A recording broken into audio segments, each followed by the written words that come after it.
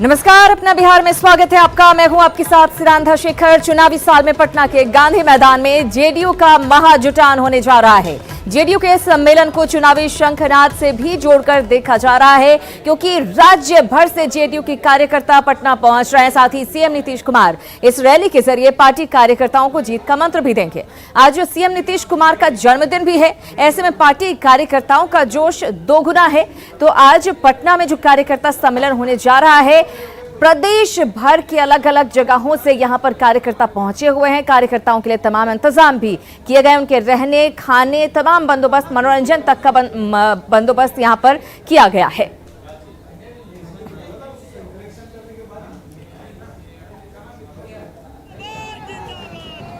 दो तस्वीरें आपके सामने आप देख सकते हैं।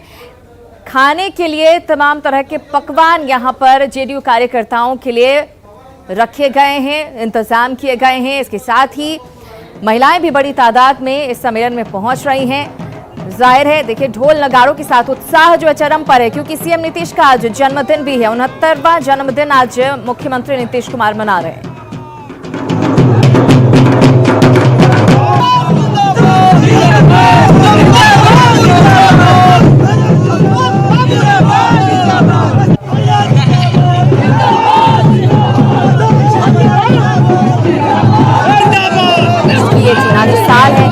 इसलिए इसे चुनावी शंखनाद के तौर पर भी देखा जा रहा है, जेडीयू के शक्ति प्रदर्शन के तौर पर भी देखा जा रहा है। और जाहिर है, कोशिश यही होगी। 2.5 लाख यहां पर कार्यकर्ताओं के पहुंचने का दावा जेडीयू की तरफ से किया गया है। देखने वाली बात यही होगी कि क्या वाकई इतने ज्यादा लोग यहां पर पहुंच पाते हैं, इतनी बड़ी तादाद में कार्यकर्ता यहां इस सम्मेलन में पहुंच पाते हैं।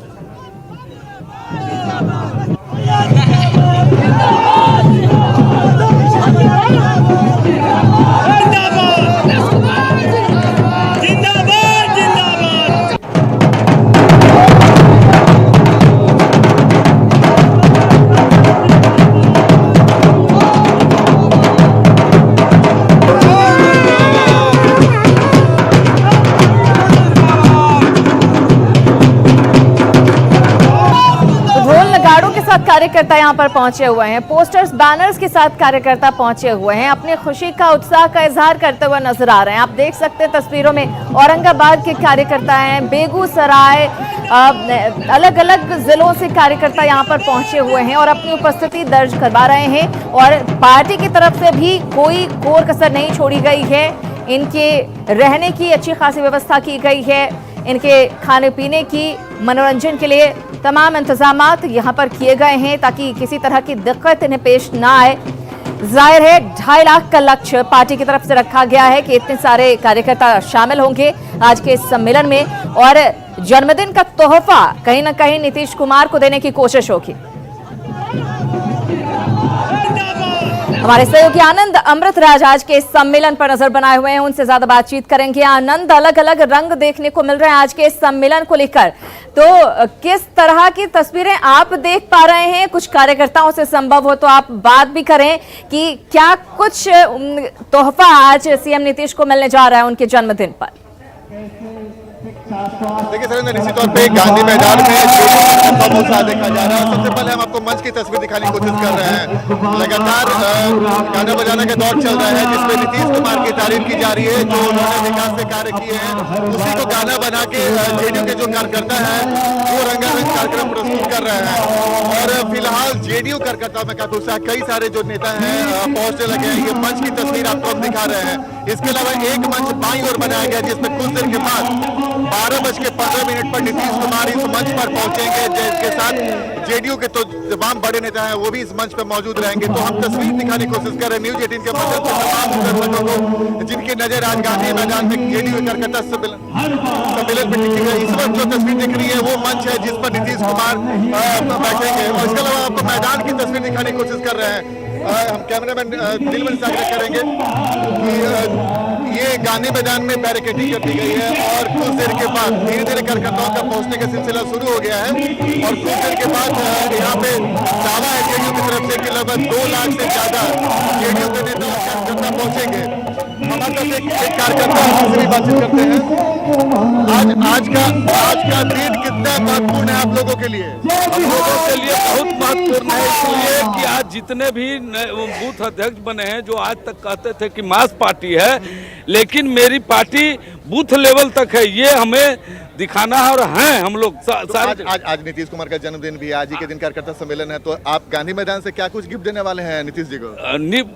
देने वाले हैं कि 2020 में पूर्णतः 200 के पार करेंगे हम लोग। आज आप लोग का तो टेस्ट भी हो जाएगा। आप लोगों ने जो दावा किया था कि जमीनी स्तर पे आपके तमाम बूथ पर सदस्य बन गए हैं, तो आज तो दिख जाएगा, एकदम दिख जाएगा पूरा। हम लोग सारे बूथ वाले आए हुए हैं। नीतीश जी ने अपने जन्मदिन पर आप लोग का टेस्ट भी कर लिया, आज टेस्ट भी कर लिया, और हम लोग टेस्ट में पास भी होंगे और फर्स्ट क्लास से होंगे, गोल्ड मेडलिस्ट होंगे। तो गोल्ड मेडलिस्ट हो गए। देखिए सुकरें, ये है सिरंधा दावा, और लगातार देखिए कलरफुल तस्वीर हम आपको दिखाने की कोशिश कर रहे हैं। देखिए जो ग्रामीण इलाकों में वाद्य यंत्र बजाया जाता है, सिंगा जिसे बोला जाता है, इस वक्त आप देख सकते हैं, सुन भी सकती हैं कि उत्साह दिखाने की पूरी कोशिश की जा रही है। और जाहिर सी बात है जेडीयू के लिए बहुत महत्वपूर्ण है। चुनावी साल में नीतीश कुमार को पता चल जाएगा कि उनके कार्यकर्ताओं की जो फौज तैयार हुई है, जो दावा किया जा रहा था जेडीयू की तरफ से कि उनके हर बूथ पर सदस्य बन चुके हैं, तो आज अगर वो संख्या यहाँ 2 लाख के आसपास पहुंचती है तो जेडीयू के लिए बहुत ही सुकून वाली खबर होगी। क्योंकि आनंद, एक चुनौती के तौर पर इसे नेता और कार्यकर्ता ले रहे हैं पार्टी के। जैसा कि आप बात कर रहे थे एक कार्यकर्ता से, वो साफ साफ ये कहते हुए नजर आए कि ये कहा जाता है कि मास लीडर नहीं है, ये मास लोगों की पार्टी नहीं है, तो वो हम आज दिखाने की कोशिश करेंगे। उसकी परीक्षा दरअसल एक तरह से हो जाएगी यहाँ पर। बिल्कुल सिरांत, देखिए अभी तक जेडीयू को कैडर बेस्ड पार्टी नहीं माना जाता था। बिहार में कैडर बेस्ड पार्टी अगर कोई था तो वो बीजेपी, लेकिन जेडीयू की तरफ से लगातार मेहनत किया जा रहा है। आरसीपी सिंह, वशिष्ठ नारायण सिंह, इससे तमाम जो बड़े नेता थे वो लगातार पिछले 1 साल से मेहनत कर रहे थे, और उनकी कोशिश थी कि चुनाव के पहले कैडर बेस्ड पार्टी बना दिया जाए, बड़ी संख्या में कार्यकर्ता जेडीयू के साथ जुड़े। तो वो कोशिश थी, आज उसी कोशिश का नतीजा है कि कार्यकर्ता सम्मेलन किया जा रहा है। मैं आपको बता दूं कि बिहार में 71,000 बूथ है। अगर तमाम बूथों के जो सदस्य, जैसे जेडीयू क्लेम कर रहा है, अगर वो पहुंच जाए तो लगभग 1,40,000 के आसपास वो संख्या होती है। और अगर तमाम प्रकोष्ठों की तरफ से भी अगर उस संख्या को मिला दे तो लगभग 2 लाख, 2.25 लाख के आसपास ये संख्या होती है। अगर ये इतना टर्न अप कर जाता है तो इसका मतलब कि बिहार में कैडर बेस्ड पार्टी के रूप में जेडीयू ने बीजेपी की बराबरी कर ली है। पार्टी ने कोई कोर कसर भी नहीं छोड़ी। आनंद, हम देख रहे हैं कि कार्यकर्ताओं के रहने के लिए, उनके खाने के लिए, मनोरंजन तक के लिए खासे इंतजाम किए गए हैं वहां पर। देखिए निश्चित तौर पे देखिए संदेश देते रहते हैं। लगातार कल से जो भी बड़े नेता हैं, जेडीयू के बड़े नेता हैं, उन्होंने पूरी तरीके से मोर्चा संभाल रखा है। छोटे बड़े हर नेताओं की कोशिश है कि जेडीयू के जो भी कार्यकर्ता दूर दूर से आए वो उन्हें कोई तरह का समस्या ना हो। देखिए कुछ कार्यकर्ता भी जेडीयू के पहुंचे हुए हैं। आप कहाँ से हैं?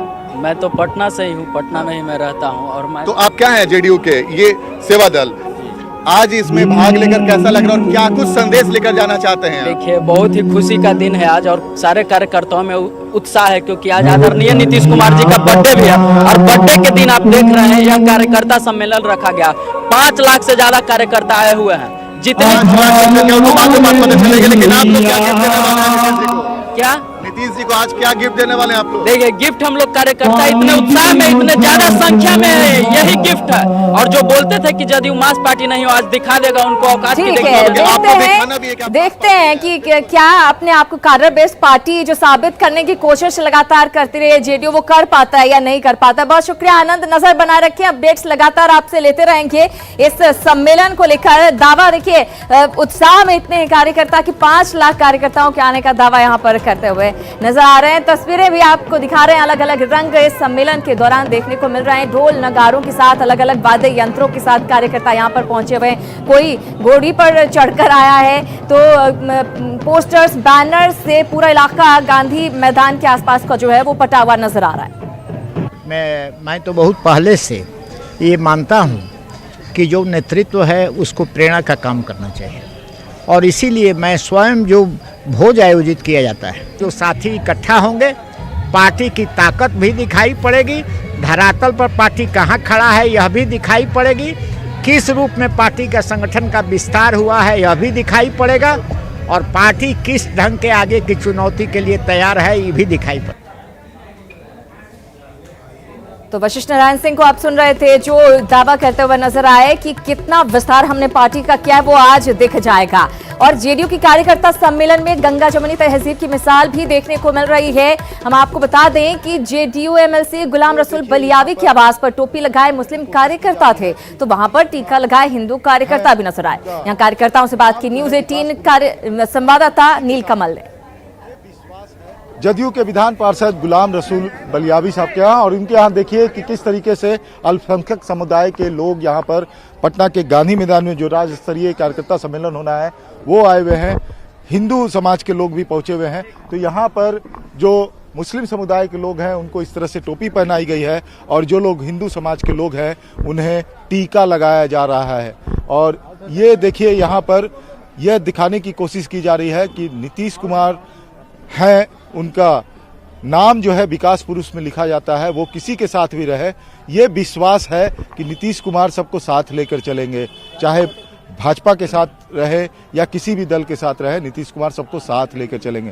तो टोपी और टीका, जैसा नीतीश कुमार ने कहा था कि हम तो कभी कभी टोपी भी पहनना पड़ता है और कभी कभी टीका भी लगाना पड़ता है, तो गुलाम रसूल बलियावी साहब के यहाँ ये टोपी और टीका का ये जो कॉम्बिनेशन है वो साफ देखने को मिल रहा है कि किस तरीके से टोपी और टीका एक साथ यहाँ से निकलेंगे।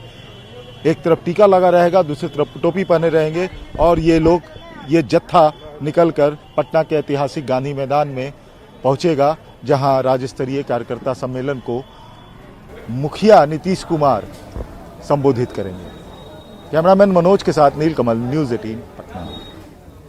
तो टोपी और टीका का कॉम्बिनेशन आपने देखा। आइए सीएम नीतीश के जन्मदिन पर जेडीयू के इस सम्मेलन के मायने को जरा समझिए। चुनावी साल में सीएम नीतीश कुमार एक्शन में आ चुके हैं पूरी तरह से। नवंबर में भरसक चुनाव होगा। अब जेडीयू पूरी तरह से चुनावी मोड में आ चुका है। चुनावी साल में हम आपको बता दें कि सम्मेलन को शक्ति प्रदर्शन के रूप में देखा जा रहा है। आज चूंकि नीतीश कुमार का जन्मदिन है और ऐसे में पार्टी कार्यकर्ताओं को वो जीत का मंत्र देते हुए भी नजर आएंगे। राज्य भर के कार्यकर्ताओं को चुनावी टिप्स और टास्क यहां पर मिलेगा, और दावा यही कि पार्टी ने किस तरह से विस्तार किया है वो आज साफ हो जाएगा। बड़ी तादाद में कार्यकर्ताओं के पहुंचने का दावा किया जा रहा है। इधर तेजस्वी यादव ने मुख्यमंत्री को जन्मदिन की शुभकामनाएं ट्वीट कर दी हैं। आदरणीय अभिभावक श्री नीतीश कुमार जी को जन्म दिवस की शुभ मंगल कामनाएं। ईश्वर से प्रार्थना है कि आप आत्मसम्मान और स्वाभिमान के साथ आगे बढ़ते हुए स्वस्थ और दीर्घायु रहें। ये ट्वीट के जरिए तेजस्वी यादव नेता प्रतिपक्ष ने शुभकामनाएं दी हैं सीएम नीतीश कुमार को। उनके जन्मदिन पर जन्मदिन की शुभकामनाएं तेजस्वी की तरफ से ट्वीट के जरिए। स्वस्थ और दीर्घायु रहने की कामना करते हुए ट्वीट किया है तेजस्वी यादव ने। आदरणीय अभिभावक श्री नीतीश कुमार जी को उनके जन्मदिवस की शुभ मंगल कामनाएं। तेजस्वी की तरफ से ये शुभकामनाएं नीतीश कुमार के लिए।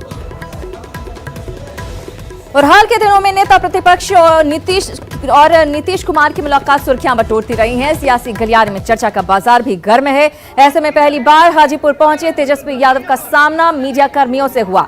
हालांकि मुलाकात से जुड़े सवालों से बचते तो तेजस्वी दिखे, लेकिन फिर ये साफ कर दिया बाद में कि वो छलिया नहीं है, जो भी करेंगे खुलकर करेंगे। तेजस्वी के बयान से सियासत फिर गर्मा सकती है। सवाल यह भी है कि क्या वाकई नीतीश को लेकर आरजेडी के रुख में नरमी आ गई है। तो तेजस्वी को आप सुन रहे थे, जो मीडिया से बात करते हुए हाजीपुर में ये कहते नजर आए कि हम छलिया नहीं है, जो करेंगे खुलकर करेंगे।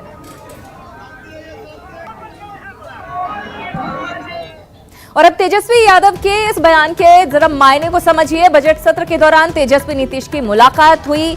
अब तक 2 बार तेजस्वी और नीतीश की मुलाकात हो चुकी है। दोनों नेताओं की मुलाकात के बाद सियासी हलके में चर्चाओं का बाजार गर्म है। इसी मुलाकात पर मीडिया ने तेजस्वी से सवाल पूछे थे। मीडिया ने नए समीकरण पर तेजस्वी से सवाल पूछे। तेजस्वी ने कहा जो भी करेंगे खुलकर करेंगे। तेजस्वी के इस बयान के भी कई मायने निकाले जा रहे हैं। क्या जेडीयू आरजेडी में कोई खिचड़ी पक रही है? क्या बिहार में नया सियासी समीकरण बनने वाला है? ये तमाम सवाल हैं जो खड़े हो रहे हैं नीतीश कुमार और तेजस्वी की मुलाकात के बाद। तेजस्वी के आए बयान के बाद एनआरसी और एनपीआर पर नीतीश का स्टैंड जिस तरह से बदला, उसको लेकर अब ये कयास लगाए जा रहे हैं कि क्या आरजेडी और जेडीयू के बीच कोई खिचड़ी पक रही है।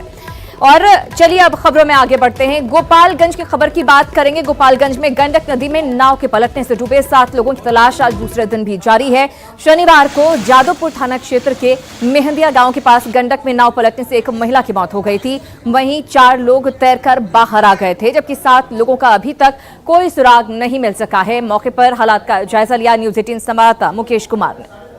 पर जो रेस्क्यू ऑपरेशन है वो लगातार चलाया जा रहा है और सारण डीआईजी विजय कुमार वर्मा से मेरी बात हुई। उन्होंने साफ कहा कि यहाँ पर एक लेआउट बनाया गया है और जो एसडीआरएफ की टीम है उसको डायरेक्शन भी दिया गया है। आप देख सकते हैं कि एसडीआरएफ की जो टीम है लगातार उसके द्वारा यहाँ पर जो गंडक नदी है, गंडक नदी में सर्च ऑपरेशन चलाया जा रहा है और नदी की जो धार तेज होने की वजह से काफ़ी दिक्कतें आ रही हैं। और आपको हम दिखाना चाहेंगे कि यहाँ पर चूक कैसे हुआ होगा। देखिए यहाँ पर जहाँ पर हादसा हुआ वहाँ पर एक नाव पड़ा हुआ है और इस नाव की जो कैपेसिटी है वो गाँव वाले बताते हैं कि इस नाव में 8 से 10 लोग ही बैठ सकते हैं ज़्यादा से ज़्यादा, लेकिन इससे भी छोटी नाव थी, यानी कि एक छोटी सी डोंगी बोलते हैं उसको, और उस डोंगी से ही लोग नदी पार कर रहे थे और यही वजह है कि हादसा हुआ है। और छोटी सी नाव में कैसे 12 लोग बैठे होंगे, खुद हम गाँव वाले से बात करते हैं, उनसे पूछते हैं कि ये बताइए कि इस नाव की कितनी कैपेसिटी है। ये लो तो 5-6 से आदमी। 5-6। और जो हादसा हुआ उसमें वो नाव कैसी थी? वो और छोटी थी। और पे कितने लोग सवार थे, क्या आप लोग जानकारी मिली? 12 आदमी थे। तो फिर हादसे की वजह क्या हुई होगी, क्यों हादसा हुआ, कैसे हादसा हुआ होगा? वो कैपेसिटी कम था, मान लीजिए गया आगे उसमें पलटी मार दिया था। आज अंदाजा लगा सकते हैं कि जो छोटी सी नाव थी, इसके अलावा देखिए एक और नाव आपको दिखाएंगे। यहाँ पर एक और नाव पड़ी हुई है, ये भी छोटी सी नाव है, ये पूरी तरह से डैमेज नाव है और इसी छोटी छोटी नावों से ही लोग नदी की दूसरी तरफ जाते हैं और जो है इस तरह का हादसा हुआ है। और यही वजह है कि गोपालगंज में जो कल हादसा हुआ है, इस हादसे में 7 लोग अभी भी लापता हैं। मुकेश, न्यूज़ 18 गोपालगंज। वहीं सारण के डीआईजी विजय कुमार वर्मा ने कहा है कि गोपालगंज में नाव हादसा किसी भी चूक या लापरवाही से नहीं हुआ है। इस हादसे की वजह यह रही कि नाव पर सवार लोगों के बीच काफी कंफ्यूजन थी। चूंकि कोई नॉर्मल प्रैक्टिस है इन लोग आने जाने का, अब उसी में इस तरह का कंफ्यूजन हुआ और लोग जंप करने लगा, जिसमें कुछ लोग तैराक भी थे तो एक दूसरे को पकड़ लिए, इसी से हुआ। गांव के कुछ दूरी ज़्यादा है, देर का इलाका है, इस वजह से इमीडिएट कोई आ नहीं पाया, उसके बाद तुरंत खबर। वहीं खगड़िया में बीते कई बार हुए नाव हादसे के बाद लोगों ने सबक लिया है। अब लोग ओवरलोडेड नाव पर सवार नहीं होते हैं। यहाँ लोगों से बातचीत की न्यूज 18 संवाददाता दिग्विजय कुमार ने। 7 नदियों से घिरे खगड़िया में नाव ही एक मुख्य साधन है यहाँ पे दियारा क्षेत्र के लोगों को आवागमन करने के लिए। और हम इस समय खड़े हैं एक नाव के पास में, जहाँ पर हम आपको दिखाना चाह रहे हैं यहाँ पे जो लोग हैं, यहाँ पे जो पिछले बार जो नाव हादसा हुए हैं ओवरलोडेड नाव के कारण, उससे इन लोगों ने सबक लिया है और नाव पे क्षमता से कम लोग ही आवागमन करते हैं। यहाँ पर कई ऐसे लोग हैं जिनसे हम बात करने की कोशिश करते हैं कि जो पिछली बार घटना उससे क्या सबक लिया है इन्होंने। अच्छा, आप लोग बताइए क्या सबक लिया? हाँ सर, जो पिछले बार यहाँ घटना हुआ था उस सब से हम बहुत अलर्ट रहते हैं ताकि फिर दोबारा ये सब घटना नहीं घटे। और यहाँ पर ज़्यादा ओवरलोड भी नहीं हम लोग चढ़ते हैं, ज़्यादा से ज़्यादा 10 या 15 आदमी चढ़ते हैं और उससे भी कम हो जाता है, लेकिन उससे ज़्यादा नहीं होता। ये लोग हम सबक लिए हैं अभी फिलहाल। ये आप लोग बताइए कि क्या कैसे आप लोग नाव से हम लोग वही 10 गो 5 गो लोग टपते हैं, जाते हैं, आते हैं, ओवरलोडिंग नहीं रहता है। हाँ, ओवरलोडिंग का नाव से जो है क्या क्या आप लोग आवागमन का मुख्य साधन है यहाँ पे? सब्जी किनता है, मान लिया चावल, दाल, आटा, चावल लेकर के जाता है, यही सब लेकर के घर जाता है, काम करने के लिए जाता है। अच्छा, ओवरलोडेड नहीं? नहीं। अच्छा, बताइए कि मतलब कि डर लगता है नाव पर बैठते हैं तो? कोई डर नहीं का हम तो यहाँ का निर्भीक आदमी हो, तो हमको डर लगेगा तो हम जाएंगे कैसे? अच्छा, यहाँ प्रशासन जो है एक्टिव है यहाँ पर, जो है यहाँ पे नाव जो चलती है वहाँ पे ओवरलोडेड नहीं चलती है?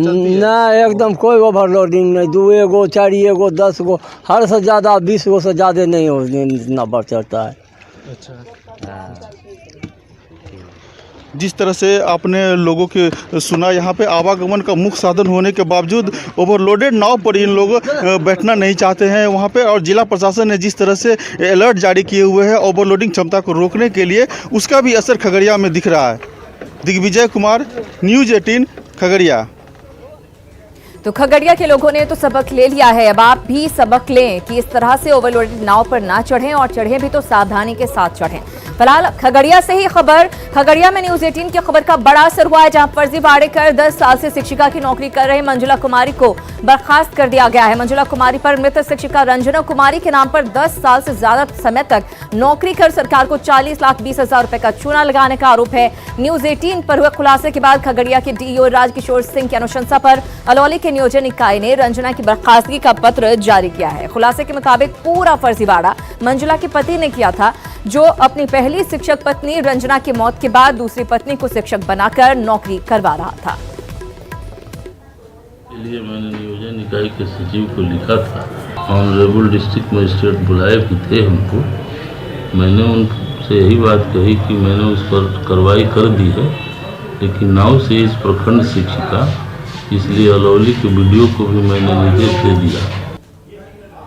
और अब बात है शिक्षकों के आंदोलन की। बिहार में आंदोलन कर रहे शिक्षक और सरकार आमने सामने आ गए हैं। कई जिलों में सैकड़ों शिक्षक निलंबित कर दिए गए हैं, तो कईयों पर एफआईआर दर्ज हुई है। ऐसे में नाराज शिक्षक संघ ने कार्रवाई वापस लेने के लिए 72 घंटे का अल्टीमेटम सरकार को दिया है।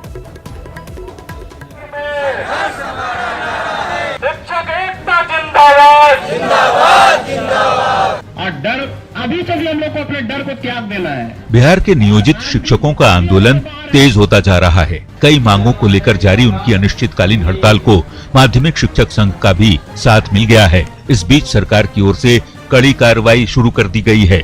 अब तक के आंकड़े के मुताबिक पटना में 115 शिक्षकों पर एफआईआर दर्ज किया गया है। राजधानी में अब तक 200 शिक्षकों पर कार्रवाई हुई है, जबकि मुजफ्फरपुर में 281 शिक्षक निलंबित हुए हैं। जहानाबाद में 30 शिक्षकों पर एफआईआर दर्ज हुआ है। समस्तीपुर में 104 शिक्षक निलंबित हुए हैं, जबकि शिवहर में 92 शिक्षकों पर एफआईआर और 44 शिक्षक निलंबित किए गए। जहानाबाद जिले में 30 हड़ताली शिक्षकों पर एफआईआर दर्ज किए जाने से जुड़ा पत्र संबंधित थानों को भेज दिया गया है, जबकि विभाग की ओर से यहां 100 से ज्यादा हड़ताली शिक्षकों को निलंबित भी कर दिया गया है। मूल्यांकन में उन पर कार्रवाई हुई है। 30 ऐसे शिक्षकों पर प्राथमिकी दर्ज कराई गई थाने में और 119 का भेजा गया है कार्रवाई के लिए। साथ ही 105 टीचर को योगदान नहीं कि उनको निलंबन की कार्रवाई भी की जा रही है। समस्तीपुर जिले में भी 104 शिक्षकों को सस्पेंड कर दिया गया है। ये कार्रवाई इंटर परीक्षा की कॉपियों के मूल्यांकन में योगदान नहीं करने पर की गई है। तो कल तक जो है 104 शिक्षक निलंबित हो चुके हैं। जिला परिषद के 50 शिक्षक, नगर परिषद समस्तीपुर के 37 शिक्षक, नगर पंचायत रोसड़ा के 7 शिक्षक और नगर पंचायत दलसिंहसराय के 10 शिक्षक को निलंबित किया जा चुका है। बात शिवहर की करें तो यहाँ भी जिला शिक्षा पदाधिकारी ने 92 शिक्षकों के खिलाफ केस दर्ज करने का निर्देश जारी किया है, जबकि 44 टीचर को सस्पेंड कर दिया गया है। शिवहर जिले में मूल्यांकन कार्य के बहिष्कार करने, पत्र नहीं लेने, उच्चाधिकारी के आदेश की अवहेलना में 92 शिक्षकों पर एफआईआर किया गया है और 44 शिक्षकों को निलंबित किया गया है। बिहार में हड़ताली शिक्षकों के खिलाफ लगातार हो रही कार्रवाई से खफा माध्यमिक शिक्षक संघ अब आंदोलन तेज करने के मूड में है। संघ की ओर से सरकार को 72 घंटे का अल्टीमेटम दिया गया है और सभी कार्रवाई वापस लेने की मांग की गई है। हालांकि वार्ता को लेकर शर्तों की बात भी की गई है। सीएम को खुद बैठना पड़ेगा, क्योंकि उनके बिना तो किसी विभाग का पत्ता हिलता नहीं है। जब तक वे नहीं बैठेंगे इस गंभीर समस्या का समाधान नहीं होगा। जाहिर तौर पर शिक्षक किसी भी हाल में झुकने को तैयार नहीं और सरकार है कि ताबड़तोड़ कार्रवाई में जुटी है। ऐसे में प्रदेश की शिक्षा व्यवस्था और चरमराएगी और छात्रों का भविष्य भी अधर में लटक जाएगा। Bureau report, news 18। तो शिक्षक झुकने को तैयार नहीं है। ऐसे में बात बनती हुई शिक्षक और सरकार के बीच नजर नहीं आ रही है फिलहाल। चलिए खबरों में आगे बढ़ते हैं। परीक्षा में छात्रों को क्या क्या करना चाहिए और किस तरह की सावधानी उन्हें बरतनी चाहिए, इसे लेकर इन बातों की जानकारी आचार्य सुदर्शन महाराज ने दी। आचार्य सुदर्शन ने आगामी सीबीएसई की परीक्षा में शामिल होने वाले छात्रों को सलाह दी और तनाव मुक्त होकर परीक्षा देने को कहा, ताकि अच्छे अंक वो हासिल कर सके।